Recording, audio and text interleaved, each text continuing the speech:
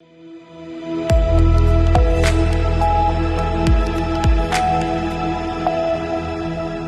के बाद स्वागत है एक बार फिर से आप सभी का सी न्यूज भारत में। प्रधानमंत्री नरेंद्र मोदी के संसदीय क्षेत्र वाराणसी में महिला सशक्तिकरण को समर्पित एक भव्य कार्यक्रम आयोजित किया गया, जिसमें महिला आरक्षण कानून और महिलाओं की राजनीतिक भागीदारी को लेकर केंद्र सरकार ने अपना मजबूत संदेश दिया। इस दौरान वरिष्ठ नेताओं ने इसे ऐतिहासिक और परिवर्तनकारी कदम बताया। वाराणसी के सांस्कृतिक संकुल भवन में नारी शक्ति वंदन सशक्त नारी भारत कार्यक्रम का आयोजन किया गया, जिसमें बड़ी संख्या में महिलाएं और गणमान्य लोग मौजूद रहे। कार्यक्रम को संबोधित करते हुए उत्तर प्रदेश के उप मुख्यमंत्री ब्रजेश पाठक ने कहा कि महिलाओं के हित में लंबे समय से लंबित महिला आरक्षण विधेयक को प्रधानमंत्री नरेंद्र मोदी ने सदन में पेश कर उन्हें सशक्त बनाने का ऐतिहासिक कार्य किया है। उन्होंने कहा कि ये कदम महिलाओं को उनका अधिकार देने और राजनीति में उनकी भागीदारी बढ़ाने की दिशा में बेहद महत्वपूर्ण है। पूर्व केंद्रीय मंत्री स्मृति ईरानी ने भी कार्यक्रम में संबोधन दिया और विपक्ष पर तीखा हमला बोला। उन्होंने कहा कि जो काम वर्षों तक नहीं हो सका वह प्रधानमंत्री नरेंद्र मोदी के नेतृत्व में संभव हुआ है। उन्होंने दावा किया कि महिला आरक्षण विधेयक के तहत 33% आरक्षण से महिलाओं की राजनीतिक भागीदारी और मजबूत होगी। स्मृति ईरानी ने यह भी कहा कि विपक्ष केवल महिलाओं के नाम पर राजनीति करता रहा है, जबकि वास्तविक रूप से महिलाओं के हितों के लिए ठोस काम भारतीय जनता पार्टी ने किया है। कार्यक्रम से पहले ब्रजेश पाठक और स्मृति ईरानी ने मीडिया से बातचीत करते हुए सरकार की नीतियों और महिला सशक्तिकरण से जुड़े कार्यों की सराहना की। शिक्षा मंत्री के नाते तो भारत सरकार ने हर बार ये प्रयास किया है कि कश्मीर से लेकर कन्याकुमारी तक देश एक सूत्र में बना रहे। और आप ये प्रश्न मुझसे काशी में पूछ रहे हैं, जो काशी गवाही दे सकता है काशी तमिल संगम, तो शायद स्टालिन जी को काशी में आके काशी ने किस प्रकार से तमिलनाडु से हमारे भाई बहन जो आए काशी में दर्शन करने के लिए उनकी व्यवस्थाएं की, काशी के साधारण नागरिक काशी के विद्वानों ने वो आकर एक बार आप सबको परिचय दिखाना चाहिए। अंतिम सवाल रहेगा मैम, संसद की व्यवस्था करें आज अहम दिन है अंतिम सवाल जी, आज अहम दिन है, आज उस पर वोटिंग होने वाली है। ओपोजिशन एक बात लेकर और दावा कर रहा है कि जो पहल आज आप लोग कर रहे हैं वो भारत को बतौर महिला प्रधानमंत्री हो या महिला राष्ट्रपति को लेकर वो कर चुका है, यानी उसकी नीति साफ करी है इस सामने। तो फिर दिक्कत क्या, ये भी पास करें। वही तो आपसे सवाल पूछ रहे हैं। आप मैं तो कह रही हूँ, अगर इतने ही समर्थक हैं तो पास कर दो, इतना शोर शराबा। और महिला अगर राष्ट्रपति बनती है तो उनके साथ क्या व्यवहार होता है वो हमने महामहिम द्रौपदी मुर्मू जी के प्रति कांग्रेस के व्यवहार हम देख चुके हैं। मैं सदन में उसके बारे में बोल चुकी हूँ। लेकिन अगर आप इतना हिमायती हैं, विपक्ष से मेरा एक ही निवेदन है कि अगर आप कह रहे हैं कि आप महिला समर्थक, चर्चा क्यों कर रहे हैं? एक स्वर में पास कर दीजिए। बिल का ही विरोध है क्योंकि सदन में बिल ही प्रस्तुत हुआ है। धन्यवाद। कार्यक्रम में वाराणसी में जिस ढंग से महिलाओं की भागीदारी नहीं है, अरे यार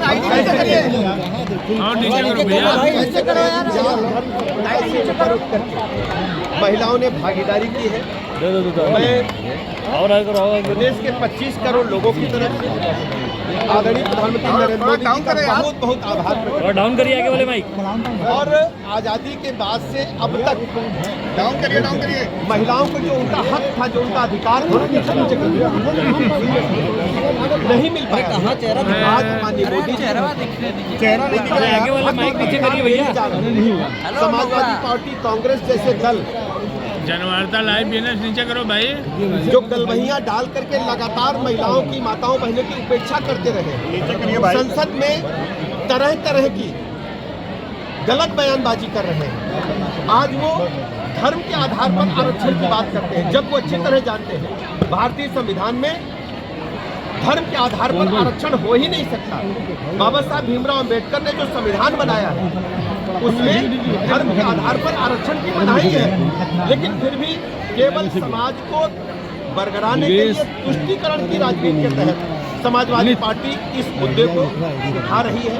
वो महिलाओं को उनका हक देना नहीं चाहती, लेकिन माननीय प्रधानमंत्री नरेंद्र मोदी जी प्रतिबद्धता के साथ संसद में विशेष सत्र बुला करके देश की आधी आबादी को उनका हक देने जा रहे हैं। अब हमारी बेटियां, हमारी बहनें, हमारी माताएं, हमारी महिलाएं देश की सबसे बड़ी पंचायत में और विधानसभाओं में अपना हक, अपना अधिकार, अपना कानून खुद बनाने का काम करेंगी और ये विकसित भारत के संकल्प को पूरा करने के लिए बड़ा निर्णायक कदम। प्रज्ञा पांडे, महानगर महामंत्री, महिला मोर्चा, वाराणसी। प्रज्ञा जी, आज नारी शक्तिकरण लेके बनारस में कार्यक्रम था, क्या कहना चाहते हैं इसको लेकर के मैं आप? सर्वप्रथम आदरणीय प्रधानमंत्री जी को बहुत बहुत आभार व्यक्त करना चाहती हूँ, धन्यवाद देना चाहती हूँ कि उन्होंने 33% महिलाओं को आरक्षण दिया है। पूरी काशी की बहनों की तरफ से मैं आभार व्यक्त करती हूँ और लगातार हम सब आभार उनका व्यक्त कर रहे हैं। अभी हम लोगों ने संपूर्णानंद विश्वविद्यालय से स्कूटी रैली निकाला था उनका आभार व्यक्त करने के लिए। उसके बाद अभी पैदल मार्च हम लोग चल करके और एक सिग्नेचर करके हम लोग कचहरी। मैं काशी की बेटी, बहू जो भी हूँ, सब कुछ हूँ, माँ हूँ, बहन हूँ, बेटी हूँ। मैं काशी सशक्तिकरण को सत नमन करती हूँ। जय हिंद, जय भारत। क्या नाम है आपका? उमा रस्तोगी। कहाँ से हैं आप? यही वाराणसी से, काशी से हूँ। क्या नाम है आपका? मेरा नाम किरण पांडे है और मैं विश्व हिंदू महासंघ में महामंत्री हूँ।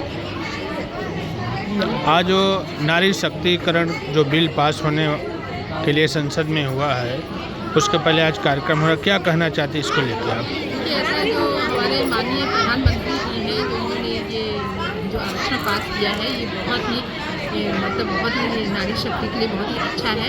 और मैं ये आशा जरूर आगे के लिए आशा करती हूँ, जो जातिवाद पर इन्होंने जो आरक्षण लगा रखा है, उसको भी कुल मिला के समाप्त करना चाहिए। क्योंकि ये जातिवाद का जो आरक्षण है, वो कितने लोगों का जानलेवा आत्महत्या कर रहे हैं, कितने लोग पढ़ के हाई डिग्री की पढ़ाई कर रहे हैं, उन बच्चों को कोई भी नौकरी नहीं मिल रही। और जो पढ़ा लिखा नहीं है, उसको आरक्षण दे के आगे के लिए नौकरी दे रहे हैं। तो कहीं ना कहीं इस पर भी आगे सरकार काम करे।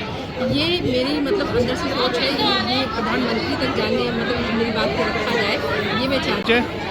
मैं नृत्यांगना पद्मश्री से सम्मानित नलिनी कमलनी में से नलिनी बोल रही हूँ। मैं कमलनी शिष्या गुरु जी।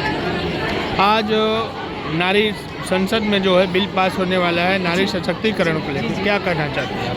मैं दिल्ली से ही हूँ और बनारस हमारा नृत्य का घराना है। तो कल परसों जब संसद में ये चर्चा हो रही थी, तो मुझे पूर्ण विश्वास है, क्योंकि एक ध्येय, एक लक्ष्य और एक विचार से जब एक व्यक्ति अग्रसर होता है किसी के कल्याण के लिए, तो वो ज़रूर सफल होता है। ऐसी विचारधारा मोदी जी की थी कि मातृशक्ति को, जो अपने अधिकार के लिए आज तक नहीं लड़ रही है, वो केवल अपना कर्तव्य में है, क्योंकि समाज की सबसे बड़ी देन है कर्तव्य और अधिकार। तो कर्तव्यशील होने के बावजूद भी अपने अधिकार के लिए कभी कुछ नहीं बोली। तो जब और चीज़ों में उसने अपनी राह बना ली है, तो क्यों ना उसको इस क्षेत्र में भी सम्मानित करके एक उसका अधिकार दिया जाए। आधी आबादी है, अभी तो सिर्फ 33% है, 50% भी नहीं मिला है। तो उसका ये सोच के कि धीरे धीरे एक इतने चरण रख के आगे जाए, उनकी ये सोच बहुत पहले से थी। नारी को सम्मान, नारी का विश्वास और नारी को उस स्थान पे बैठाना जिसके लिए वो योग्य है और जो उसे मिलना चाहिए। इस विचारधारा से हमारे जो प्रधानमंत्री जी नरेंद्र मोदी जी, उनकी जो सोच है, आज तक इस 70 साल में 75 साल में किसी भी इस स्थान पे आए हुए व्यक्ति ने नहीं सोचा जो हमें करना चाहिए। और नारी का सम्मान तो आप देखिए, राम की शक्ति पूजा में जब उनको शक्ति की कमी लगी तो उन्होंने कहा ज़रूर शक्ति का वंदन करना चाहिए। मुझे लगता है हमारे प्रधानमंत्री जी अवश्य सफल होंगे इस क्षेत्र में, इस सोच में, क्योंकि उन्होंने शक्ति का नमन किया है, आह्वान किया है और उसको एक ऐसा स्थान देने का प्रयास किया है जो उसे मिले। मैं कथक नृत्यांगना पद्मश्री कमलिनी शिष्या गुरु जी थे। महाराज हमारा घराना बनारस है। आज हम काशी में थे तो हमें ये सौभाग्य मिला कि हम इसमें शामिल हों। वैसे हमने दिल्ली में भी विज्ञान भवन में और पार्लियामेंट में इसका पार्टिसिपेट किया था और इतनी बड़ी संख्या में यहाँ नारी शक्ति को देख के बहुत आनंद आया।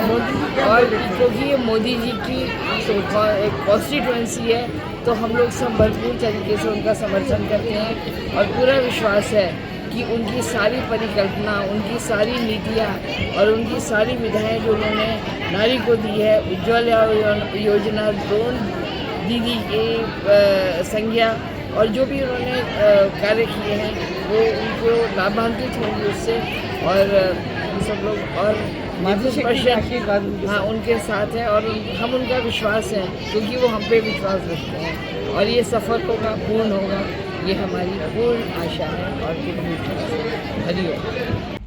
प्रधानमंत्री नरेंद्र मोदी जी के संसदीय क्षेत्र वाराणसी में आज नारी शक्तिकरण को लेकर एक विशाल जनसभा का आयोजन किया गया, जिसको उत्तर प्रदेश के उप मुख्यमंत्री ब्रजेश पाठक और पूर्व केंद्रीय मंत्री स्मृति ईरानी ने संबोधित किया। दोनों नेताओं ने अपने संबोधन के दौरान नारी शक्तिकरण को लेकर के विशेष जोर दिया।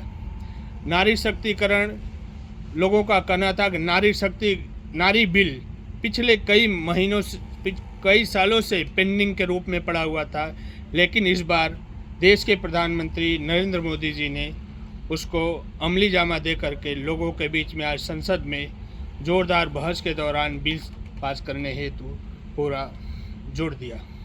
वाराणसी से सी न्यूज़ संवाददाता रविंद्र गिरी। वाराणसी में हुआ ये कार्यक्रम महिला सशक्तिकरण और राजनीतिक भागीदारी को लेकर सरकार के संदेश को और मजबूत करता दिखाई देता है, जहां नेताओं ने इसे ऐतिहासिक उपलब्धि भी बताया है। खास रिपोर्ट में फिलहाल के लिए इतना ही। देश दुनिया की बाकी खबरों को जानने के लिए आप देखते रहिए सी न्यूज़ भारत।